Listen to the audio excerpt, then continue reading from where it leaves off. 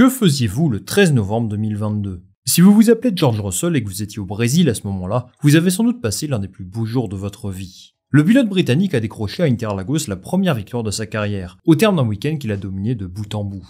Une belle récompense pour lui, qui a connu un exercice 2022 absolument phénoménal. 4e du championnat, avec 35 points de plus que Lewis Hamilton, une pole position. On peut difficilement faire mieux comme première saison dans une nouvelle écurie, surtout avec le W13, qui était loin d'être la monoplace la plus réussie dans l'histoire récente de Mercedes. Mais ça, c'était avant. Lorsqu'on regarde George Russell aujourd'hui, excusez-moi, mais j'ai parfois l'impression de voir son cousin rouler à sa place. Bon, j'exagère peut-être, mais il faut avouer que c'est le jour et la nuit par rapport à la saison dernière. Alors je précise que je m'enregistre avant le Grand Prix du Japon. Ça se trouve, il va claquer une grosse masterclass là-bas. Mais le classement aujourd'hui ne laisse aucune place au doute. Russell est 7ème, Hamilton 3ème, avec plus de 70 points d'écart. Qu'Hamilton batte Russell, ce n'est pas quelque chose d'anormal, mais là il y a un gouffre entre les deux, et je trouve ça surprenant compte tenu de ce qu'il a montré la saison dernière. Symbole de ses difficultés, son accident à Singapour, qui lui a coûté un podium totalement mérité. C'est de sa faute, c'est une erreur qu'il n'aurait pas dû commettre, et malheureusement, ça a des conséquences désastreuses. Alors qu'arrive-t-il à George Russell en ce moment ? Comment un pilote aussi fort la saison dernière est-il tombé aussi bas ? C'est ce qu'on va tenter de comprendre dans cette vidéo, c'est parti. Pour comprendre pourquoi George Russell connaît une baisse de régime cette saison, il faut remonter un an en arrière. À mon sens, c'est à partir de la deuxième partie de l'année 2022 qu'il a commencé à rencontrer des difficultés.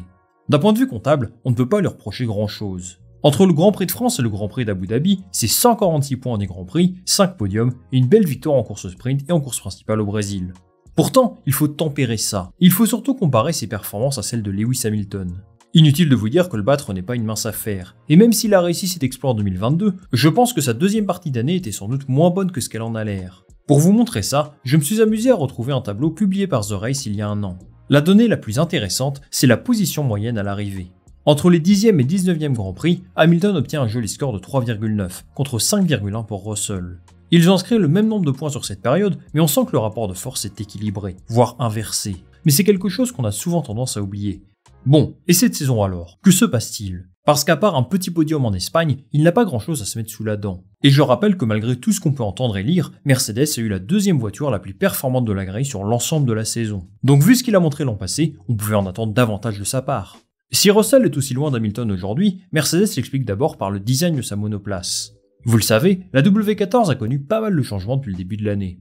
Ils ont d'abord essayé d'insister sur le concept sans ponton pour finalement se résoudre à produire quelque chose de similaire à tout le reste de la grille. Depuis que Mercedes a choisi d'aller dans cette direction, Russell est plus en difficulté, et je crois qu'il y a un vrai lien de cause à effet. Toto Wolff confiait d'ailleurs qu'il n'arrive pas à trouver les bons réglages avec ses ingénieurs pour optimiser ses performances, au contraire d'Hamilton qui lui a presque toujours répondu présent. En fait, tout est une question d'équilibre, et il a du mal à se sentir à l'aise avec ses caractéristiques.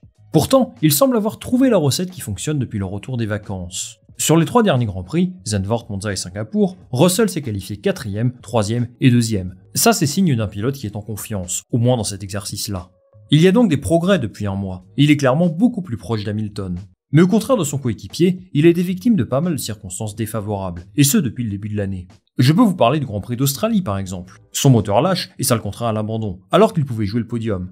À Zandvoort, il part 3e, mais son écurie décide de lui chausser les pneus intermédiaires au bout de 4 tours. Une éternité absolue. Certains pilotes sont rentrés dès le premier tour, et pour Pierre Gasly par exemple, c'est clairement la décision qui lui a permis de s'inviter sur le podium de manière totalement inattendue. Russell n'a pas été verni, c'est vrai, mais il faut également faire mention de toutes les erreurs commises depuis le début de la saison.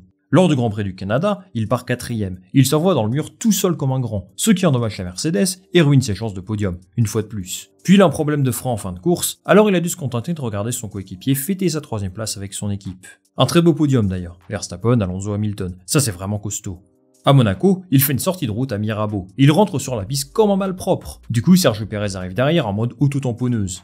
Il prend 10 secondes de pénalité pour ça, qui n'auront finalement pas d'impact sur le résultat. Et ce n'est pas quelque chose qu'on aime voir. Je pourrais parler d'autre chose, mais j'aimerais revenir sur le Grand Prix de Singapour, où je trouve son erreur tout simplement inacceptable. On peut se dire que ça peut arriver à n'importe qui, que ce n'est qu'une question de centimètres, mais Sainz n'a pas fait l'erreur, Norris l'a faite mais sans conséquence, Hamilton a su rester calme. Parmi les 4 pilotes de devant, désolé de le dire, mais c'était lui le maillon faible. C'est dommage parce qu'il faisait une course de patron, et sans ça, il aurait sans doute été perçu comme l'un des meilleurs de week-end. Mais à ce niveau-là, le niveau de vainqueur de Grand Prix, c'est le genre d'erreur qu'il ne faut absolument jamais commettre. Russell veut devenir champion du monde, et je pense sincèrement qu'il a les qualités pour le faire. Mais c'est ce genre de petits détails qui feront la différence lorsqu'il sera dans la lutte pour le titre. Alors Mercedes doit-il s'inquiéter de ce comportement, de ces petites erreurs qui leur ont quand même coûté pas mal de points cette saison? Je pense que oui, parce que le jour où ils reviendront dans la lutte pour le titre, et ils y arriveront à un moment ou à un autre, ils auront besoin d'un pilote d'un tout autre niveau. Vous savez, quelqu'un clinique, qui ne part presque jamais à la faute. Je ne sais pas si Russell pourra atteindre ce statut un jour, mais ce qui est sûr, c'est qu'il vaut mieux qu'il réalise ce genre d'erreur maintenant que sa voiture est largement en dessous de Red Bull. Mieux, il peut utiliser ses expériences négatives comme un tremplin pour s'améliorer. Même s'il a montré des choses fabuleuses l'an dernier, Russell n'en demeure pas moins un rookie du très haut niveau en Formule 1. Se battre pour la victoire sur le dernier tour, c'est quelque chose qu'il n'avait pas encore expérimenté. Et à Singapour, il a commencé à comprendre ce qui l'attendait. Le destin de George Russell, c'est de devenir le leader de Mercedes un jour. Toto Wolff ne l'a jamais caché, c'est le pilote de leur académie qui a le mieux réussi jusqu'à présent. Celui qui a passé toutes les étapes avec brio, et qui aujourd'hui évolue aux côtés de Lewis Hamilton, pour prendre sa relève d'ici à quelques saisons. Pour devenir un pilote de ce calibre, Russell doit absolument progresser sur certains aspects. En premier lieu, il faut qu'il apprenne à se contenter de résultats qui sont peut-être en dessous de ses attentes, mais qui compteront à la fin du championnat. En fait, je trouve qu'il y a une sorte d'impatience de sa part. Il l'a dit lui-même, sa motivation en début de saison a clairement été impactée lorsqu'il a compris qu'il ne jouerait pas le titre cette année, et qu'un pilote en vienne de dire ça, ce n'est pas normal. Je le dis assez régulièrement dans mes vidéos, la Formule 1 est un sport cyclique. Il est arrivé chez Mercedes au moment où Red Bull a pris l'avantage sur tout le reste de la grille, et forcément, ça fait que 19 pilotes sont actuellement frustrés de ne pas pouvoir jouer la victoire chaque week-end. Russell doit comprendre que s'il veut devenir champion du monde un jour, c'est maintenant que ça se joue, parce qu'il doit créer une relation de confiance avec son équipe, en particulier lorsque les choses ne marchent pas. Verstappen a également été dans ce cas-là avant 2021. Pareil pour Charles Leclerc en ce moment, Lando Norris, j'en parle même pas. Il faut qu'il s'accroche, et s'il travaille bien, la récompense arrivera à un moment ou un autre. Ensuite, il faut qu'il apprenne à garder son calme dans des situations chaudes. Je ne sais pas si vous serez d'accord avec moi, mais depuis qu'il est chez Mercedes, je trouve qu'il est impliqué dans pas mal de collisions avec ses collègues sur la grille. Je reprends l'exemple de Monaco cette année, c'est quelque chose qui ne va absolument jamais arriver pour un pilote de ce niveau. Enfin, Russell doit comprendre que lorsque tu es au sommet de la pyramide du sport automobile, la F1 devient un sport de détail.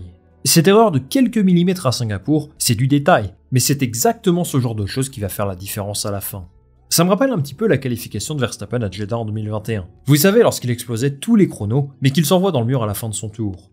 Eh bien, toute proportion gardée, j'ai l'impression que Russell en est un petit peu au même stade de sa carrière. Vous allez dire que je force avec ça, mais j'insiste. C'est ce genre de choses qui différencie un grand pilote d'un pilote champion du monde. Et Russell doit se servir de cette saison comme une année d'apprentissage. Parce que mine de rien, ça ne fait que 2 ans qu'il a une voiture capable de jouer les podiums.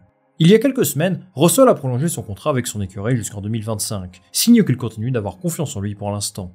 Mais pour pouvoir assumer son statut de futur leader de l'équipe, il va falloir qu'il apprenne à mieux gérer la pression. Derrière lui, il y en a un paquet qui aspire à un siège dans un top team, et Russell doit absolument mieux faire pour montrer qu'il a les épaules pour se battre pour le titre. Et qui sait, avec une meilleure monoplace l'année prochaine, peut-être reviendra-t-il jouer un mauvais tour au Red Bull. Mais pour ça, il devra compter sur un bon développement de sa voiture, et ce n'est pas gagné. Alors tout ce qu'il peut faire, c'est continuer à s'améliorer sans cesse, en s'inspirant de ses aînés sur la grille. C'est terminé pour cette vidéo les amis, merci d'être restés jusque là. Si vous avez apprécié le contenu, n'hésitez pas à liker, à vous abonner et à me dire en commentaire ce que vous pensez de la saison de George Russell pour l'instant. Moi je lirai tout ça avec attention. On va se retrouver très rapidement pour une nouvelle vidéo. Salut, à la prochaine.